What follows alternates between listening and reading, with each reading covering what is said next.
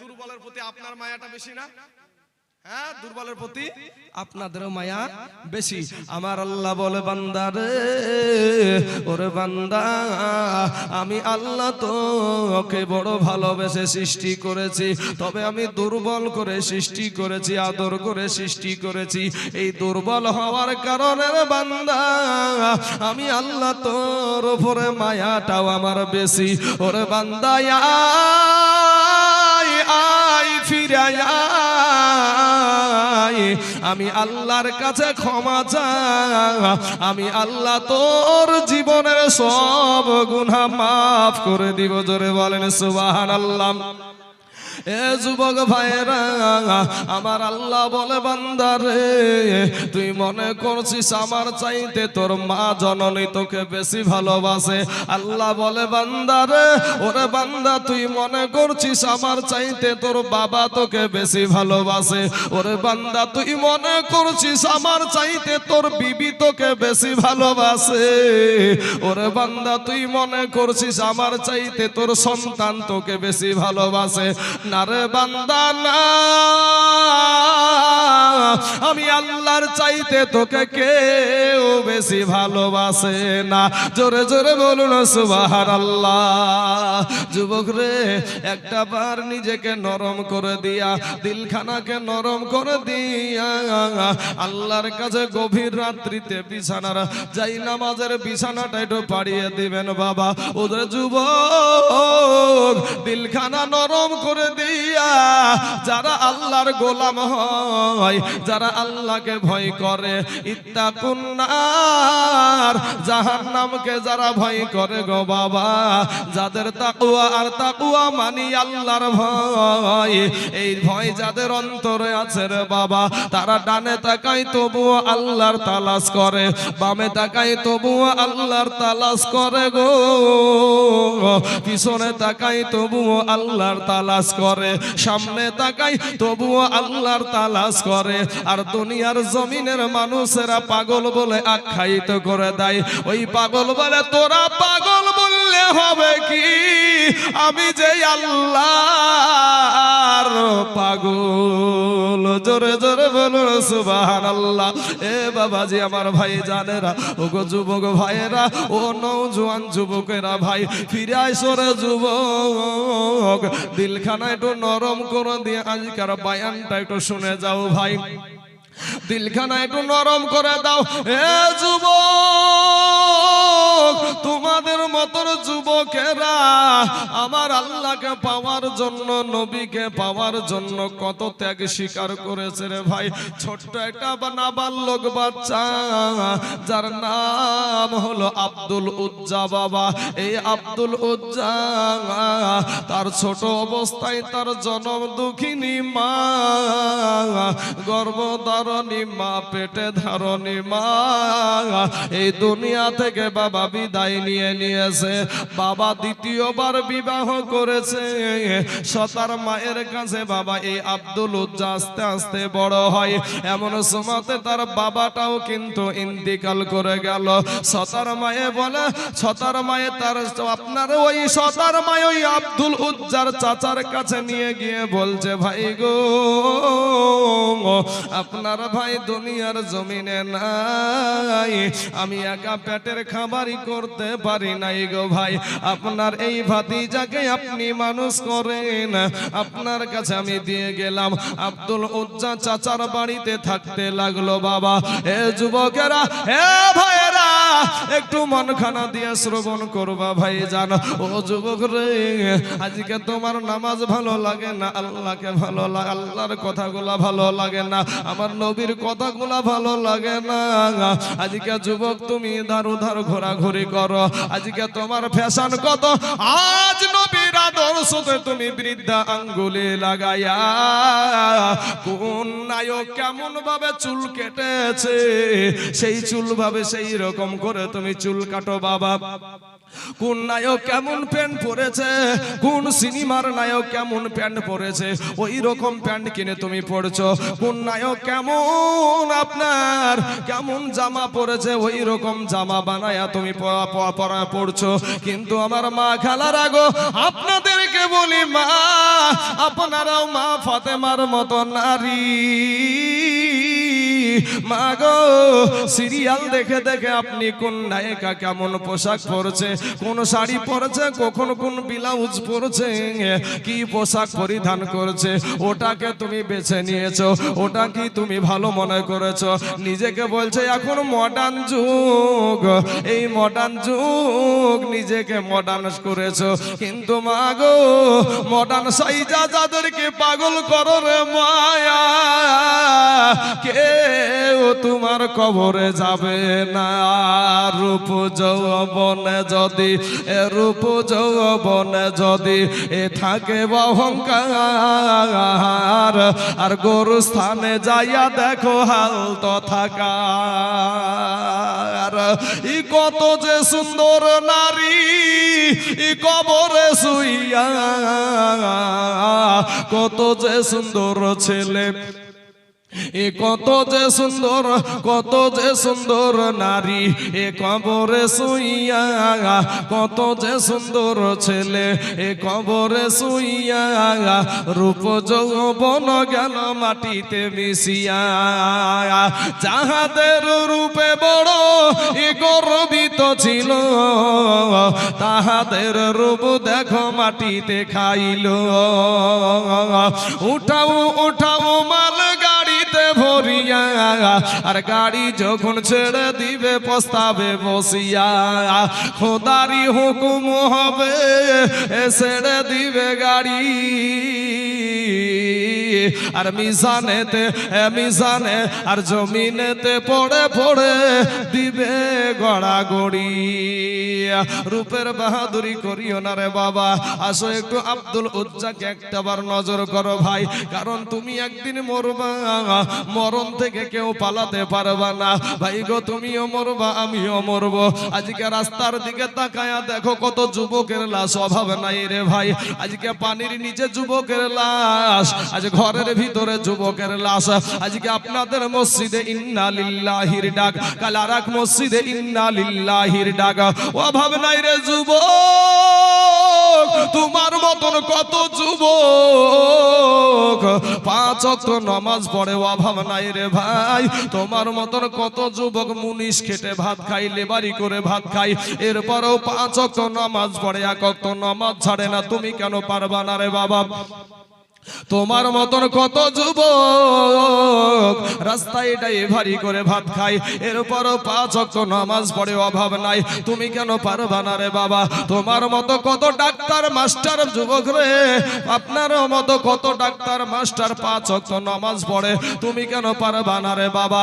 ওরে আমার কালেমার ভাই, ফিরে এসো, আল্লাহর গোলাম হইয়া যাও। আমার আল্লাহ কাছে গোলাম হইয়া দুইটা চোখের পানি ছেড়ে দিয়ে আল্লাহকে বলো, আল্লাহ গো, আমি আর আসমানের নিচে এই জমিনের উপরে আমার মতো গুনাহগার আর কেউ নাই গো আল্লাহ। আল্লাহ তুমি আমার জীবনের গুনাহ মাফ করে দাও। আপনার চোখের পানি গালে আসতে দেরি হবে ভাই। আমার আল্লাহ এত দয়ালু, এত দয়ালু রে যুবক, আমার আল্লাহ তা আমার জীবনের সব গুনাহ মাফ করে দিবে। জোরে বলেন সুবহানাল্লাহ। এ যুবক ভাই, আমার মা খালারা, আব্দুল উজ্জা কিন্তু চাচার সাথে, আপনার চাচার বাড়িতে আস্তে আস্তে আস্তে আস্তে আস্তে আস্তে বড় হতে চলে, বড় হতে শুরু হয়ে গেছে। একেবারে তর তাজা একটা যুবক, একেবারে নওজোয়ান একটা যুবক সন্তান হয়ে গেছে।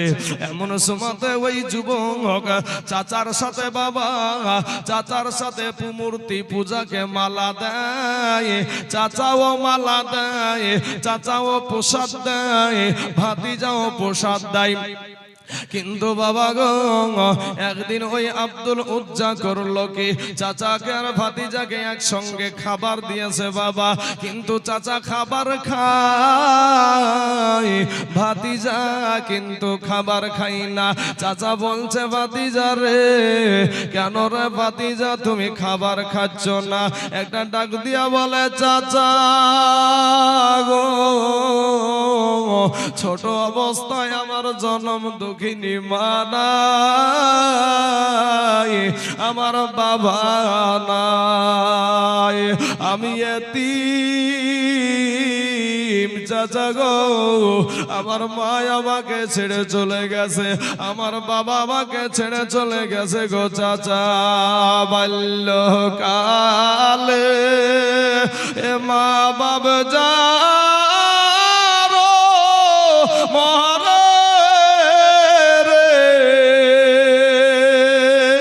তাহার মতো দুঃখী নাই রে জগতে।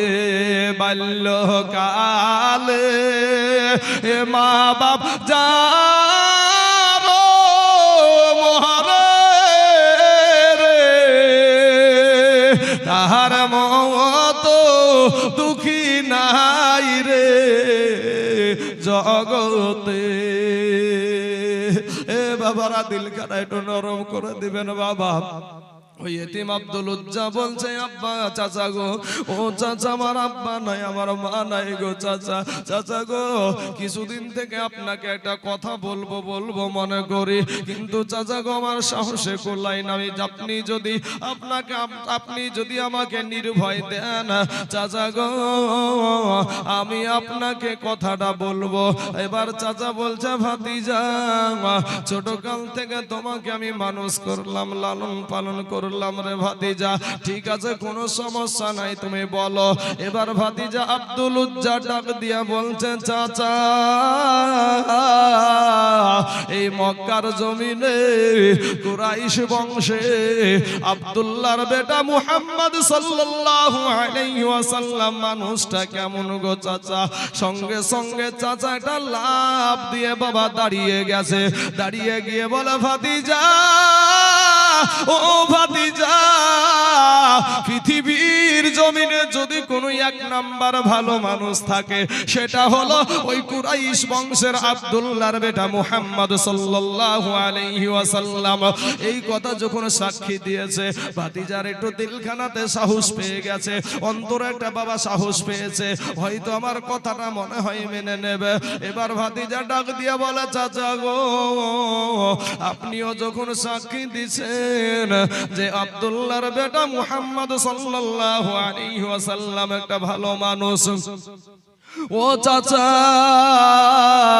চাচা গো আপনি যখন সাক্ষী দিলেন গো চাচা একটা বার আপনি বলেন গো চাচা সে যে ধর্মটা প্রচার করেছে গো চাচা, এক আল্লাহর দাওয়াত দিচ্ছে আর তিনাকে নবী বলে মানতে বলছে চাচা গো, ওই এক আল্লাহকে যদি আমরা মেনে নিই কেমন হয়?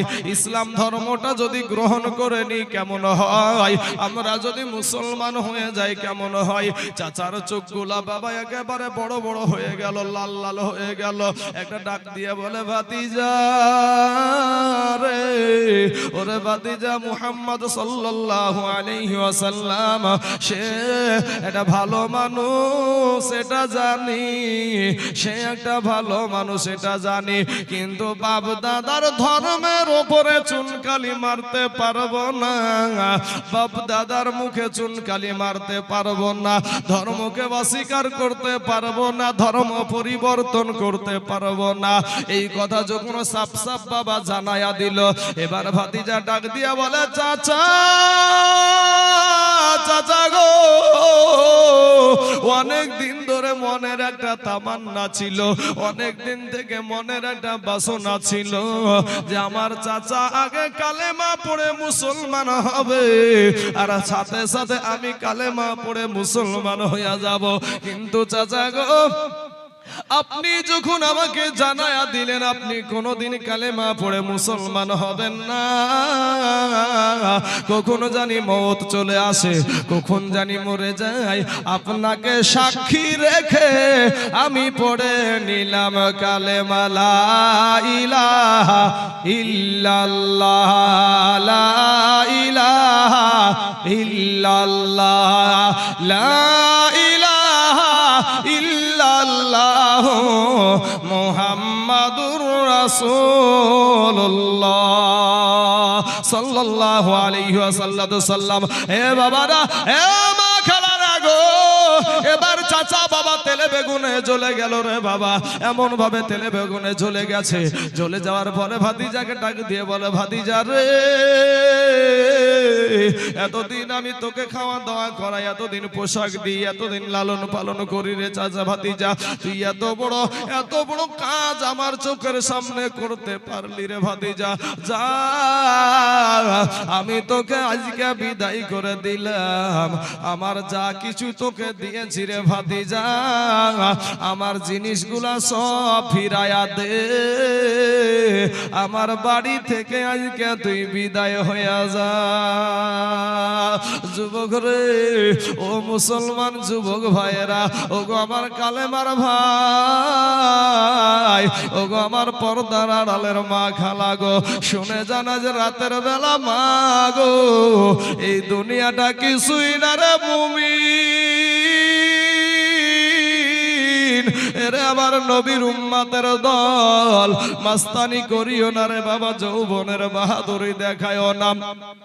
এ যুবক ভাইরা, আব্দুল উজ্জা বলে, চাচা গো, দুনিয়ার জমিনে আমার মা নাই গো চাচা, দুনিয়ার জমিনে আমার আব্বা নাই, চাচা গো আমি কোথায় যাব গো চাচা, কার দ্বারে যাব?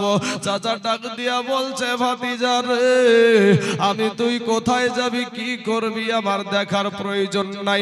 বাড়ি থেকে বের হয়ে যাচ্ছে, এমন সময়তে ডাক দিয়া বলে, ভাতিজা, ও ভাতিজা, আমি যা কিছু দিয়েছি সব আমার কাছে রেখে দে।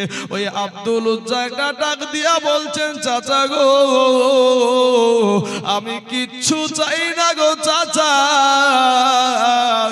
আমি সব কিছুর বিনিময়ে আমার দয়ার নবীকে আমি চাই। জোরে বলেন সুবহানাল্লাহ। দয়ার নবী বিনে গো আপন বলতে কেহ নাই জগতে, আমার মায়ার নবী বিনে গো আপন বলতে কেহ নাই জগতে, ভেবে দেখি আমি সব বিদেশি, ভেবে দেখি আমি সব বিদেশি, মিশে মায়ার ভবেতে আপন বলতে কেহ নাই জগতে, আমার দয়ার নবী বিনে গো আমার মায়ার নবী বিনে গো আপন বলতে কেহ নাই জগতে। ভাইরে আমার নবীকে যারা মাটির মানুষ গো বলে, শ্রেষ্ঠ জীবন তাহার গেছে রে বিফলে। ওরে যাবি আবার পশুর দলে, যাবি আবার পশুর দলে, আসতে হবে ফিরিয়া আপন বলতে কেহ নাই জগতে, আমার দয়ার নবী বিনে গো আমার মায়ার নবী বিনে গো আপন বলতে কেহ নাই জগতে। আব্দুল উজ্জাটা ডাক দিয়া বলে, চাচা, চাচা গো, আমার কিচ্ছু লাগবে না গো চাচা, আমার সব কিছুর বিনিময়ে আমার দয়ার নবীকে আমি চাই। একটা বার মুখটা খুলে জোরে বলেন সুবহানাল্লাহ। এ বাবারা, এ আমার মা খালা গো, আব্দুল উজ্জার বাবা নাই, মা নাই, কার দ্বারে যাবে? বাড়ি থেকে বেরিয়ে যাচ্ছে এমন সুমাতে চাচা একটা ডাক দিয়ে বলে, ভাতিজা রে, তোমার পরনে যে লুঙ্গিটা আছে ওই লুঙ্গিটা আমার টাকাতে কিনা, ওই লুঙ্গিটাও দিয়ে দাও।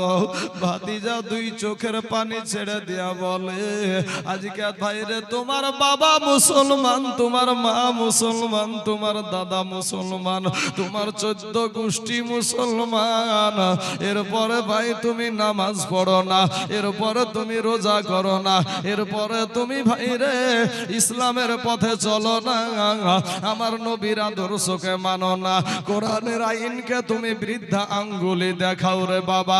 আর তারা কবরকে আলোকিত করার জন্য, হাসর মিজান পুল সিরাত পাড়ি দেওয়ার জন্য কতটা ত্যাগ স্বীকার করেছে দেখেন। একটা ডাক দিয়া বলে, চাচা, চাচা গো, ও গো চাচা, আমি একটা নওজোয়ান যুবক ছেলে, চাচা গো, আমার লুঙ্গিটাও যদি আপনি নিয়ে নেন আমার কি শরম করবে না গো চাচা? আমার কি লজ্জা লাগবে না? এবার চাচা বলছে, ওইসব শোনায়া আমাকে কোনো লাভ হবে না, আমার টাকার জিনিস ফিরাইয়া দাও। লুঙ্গিতে হাত দিয়া বলছে, চাচা, খুইলা দিলাম লুঙ্গি, ইমান বানাইলাম সঙ্গী। জোরে জোরে বলুন সুবহানাল্লাহ। খুইলা দিলাম লুঙ্গি, ইমান বানাইলাম সঙ্গী। চাচা গো, লুঙ্গিখানা খুলে দিয়ে বাবা এই দুই হাত দিয়ে লজ্জা স্থানকে ঢেকে নিয়া টুক টুক টুক টুক করে কোথায় যাবে রে বাবা? তার আব্বা নাই, তার মা নাই, ওই সতার মায়ের দ্বারে গিয়ে মা মা করে ডাকতাছে। মা বাড়ির ভিতর থেকে বাইরে এসে দেখে সন্তানের শরীরে কোনো পোশাক নাই। মা জননী অন্যদিকে মুখটা ফিরাইয়া নিয়ে বলে, বাবা তোমার এই হালাত কেন?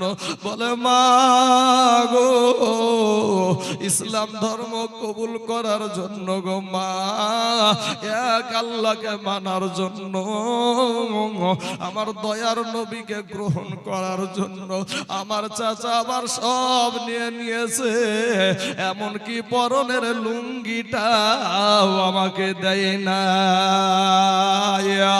তবে আমার কাছে কি চাইতে এসেছো বলো? বলে, মা গো, আমি তোমার কাছে কিচ্ছু চাই না গো মা, শুধুমাত্র একটাই আমাকে কাপড় দাও, ওই কাপড়খানা পরিধান করে আমি সোনার মদিনায় আমার নবীর কাছে চলে যাব। মা জননী একটা কম্বলকে দুই আধখানা করে বাবা একটা আধখানা রেখে দিল, আর একটা আপনার আব্দুল উজ্জাকে দিল।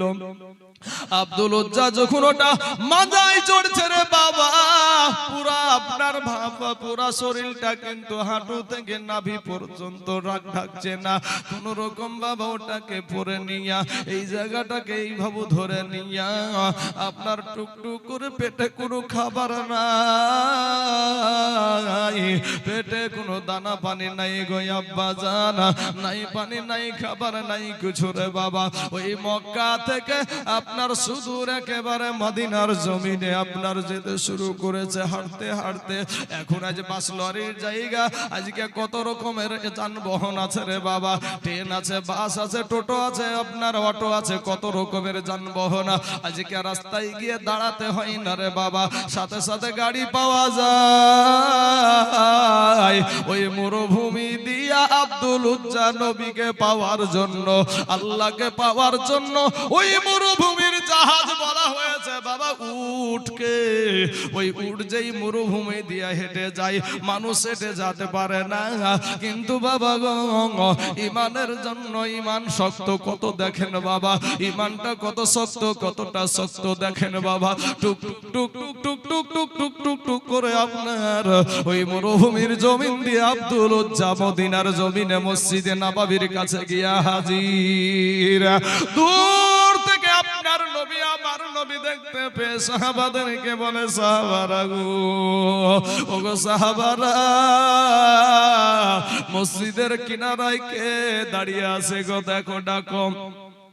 নবীর কাছে যখন হাজির হলো আব্দুল উজ্জা বলে, আমি যখন আমার দয়ার নবীকে দেখলাম গো, আমার মায়ার নবীকে যখন আমি দেখলাম, আমি ওই নবীকে দেখার সাথে সাথে আমার চাচা আমাকে যতটা কষ্ট দিয়েছিল, রাস্তায় যেতে যেতে যতটা কষ্ট হয়েছিল, সব কষ্ট আমার শরীর থেকে আমার ক্ষুধা পর্যন্ত নিবারণ হয়ে গিয়েছিল। জোরে বলেন সুবহানাল্লাহ। বাবাজিরা, যেই নবীকে দেখলে ক্ষুধা নিবারণ হয়ে যায়, যেই নবীকে দেখলে বাবা ক্ষুধা লাগে না, পিপাসা লাগে না গো, ওই নবীর জন্য, ওই নবীর জন্য আপনি কি করছেন বাবা? আমার নবী জীবনে 63 বছর আপনার জন্য চোখের পানি ফেললো, উহুদের ময়দানে আমার নবী দন্দান মুবারক শহীদ করে দিল, তায়েফের ময়দানে পাথর খেয়ে আমার নবী রক্তাক্ত হইয়া বেহুশ হইয়া জমিনের বুকে পড়ে গেল রে বাবা। একদিন নয়, 2 দিন নয়, 3 দিন আপনার নবী জঙ্গলায় পড়ে পড়ে রব্বি হাবলি উম্মতি বলে কান্দে রে বাবা। আমার নবী, আপনার নবী একদিন নয়, 2 দিন নয়, 7 দিন পর্যন্ত পেটে পাথর বেঁধে রাখলো। আল্লাহকে বলে, আল্লাহ গো, আমি দুনিয়ার শান্তি চাই না, আমার উম্মতের মুক্তি দিবেন নি। জোরে জোরে বলুন সুবহানাল্লাহ। এ বাবারা, আব্দুল উজ্জাকে একটা ডাক দিয়া বলে, ওরে আব্দুল্লাহ, ওরে বাবা, বাবা তোমার বাড়ি কোথায়, তুমি কি কারণে এই অবস্থায় এখানে, কি ব্যাপার একটা ভেঙে বলো। আব্দুল উজ্জা একটা ডাক দিয়া বলেন, ইয়া রাসূলুল্লাহ, ইয়া হাবিবাল্লাহ, নবী গো, ওগো নবীজি, আমাকে ঈমান আনার কারণে, মুসলমান হওয়ার কারণে, কালেমা পড়ে কালেমা পড়ার কারণে, আপনাকে নবী বলে স্বীকার করার কারণে, এক আল্লাহকে মানার কারণে আমার চাচা আমার পরনের লুঙ্গিটা আমাকে দেয় না। আমার নবী বলছেন, আরে আব্দুল উজ্জাকে একটা ডাক দিয়ে বলছেন, আব্দুল উজ্জা রে, আজকে থেকে তোমার নাম আব্দুল উজ্জা না, আজকে থেকে তোমার নাম হলো আব্দুল্লাহ। জোরে জোরে বলুন সুবহানাল্লাহ। এ বাবারা, আমার ভাই জানেন, আমার পর্দার আড়ালের মা খালা গো, শুনে জানা যে রাতের বেলা মা গো, এই দুনিয়াটা কিছুই না রে মুমিন, এরে আমার নবীর উম্মতের দল, এরে আমার আল্লাহর গোলামের দল, ফিরে এসো রে ভাই, ফিরে এসো, তওবা করো, আল্লাহর কাছে ক্ষমা চাও, আমার আল্লাহ তোমার জীবনের সব গুনাহ মাফ করে দেবে। বাবারা, সাহাবাদেরকে ডাক দিয়া বলবেন, তোমাদের কার কাছে আছে গো একটা লুঙ্গি, আমার আব্দুল্লাহ জুলবাজাদাইনকে একটু দিয়ে দাও রে বাবা। আব্দুল্লাহকে আপনার দিয়ে দিল একটা লুঙ্গি। এ বাবাজি, এই আব্দুল্লাহ জুলবাজাদাইন করলো কে বাবা, ইনি আপনার করেন কি, অতি তাড়াতাড়ি অতি জোরে জোরে আওয়াজ করে বাবা কোরআন তেলাওয়াত করে। এমন সময় সাহাবারা নবীকে বাবা আপনার অবজেকশন জানায়া দিলেন, ইয়া রাসূলুল্লাহ, ইয়া হাবিবাল্লাহ, নবী গো, ওই আব্দুল্লাহ এত জোরে কোরআন তেলাওয়াত করে, আমাদের ঘুমের খুব অসুবিধা হয়। আমার নবী বলেন, সাহাবারা গো, আমার আব্দুল্লাহকে তোমরা বাধা দিও না, সে বড় কষ্ট করে ঈমান এনেছে গো, সে তার ইজ্জত দেখায়ার পরেও সে ঈমান নিয়ে এসেছে, তার পরনের লুঙ্গিটাও আনতে পারে না। এর ভিতরেই বাবা যুদ্ধের দামামা বেজে গেল। আব্দুল্লাহ জুলবাজাদাইন বলেন, ইয়া রাসূলুল্লাহ, ইয়া হাবিবাল্লাহ, নবী গো, আপনি একটা বার দোয়া করেন গো নবী, আপনি একটা বার আমার জন্য দোয়া করেন, আমি যেন এই যুদ্ধে গিয়া আমি শহীদ হয়ে যেতে পারি।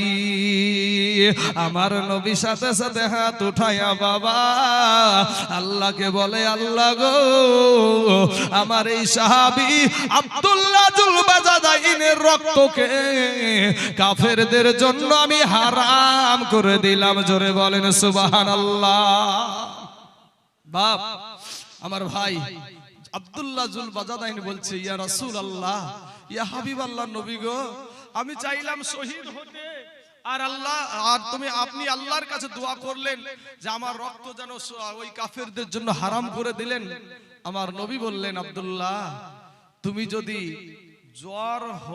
জ্বর হয়ে তোমার শরীরে জ্বর হয়েও যদি তুমি মারা যাও, তাহলে আমার আল্লাহ তোমাকে শহীদি মউত দান করবে। জোরে বলেন সুবহানাল্লাহ। বাবাজি আমার ভাই জানেরা, আমার পর্দার আড়ালের মা খালারা গো, একবার বাবা সবাই মুহাব্বতের সহিত দুরূদ শরীফ পড়েন। আল্লাহ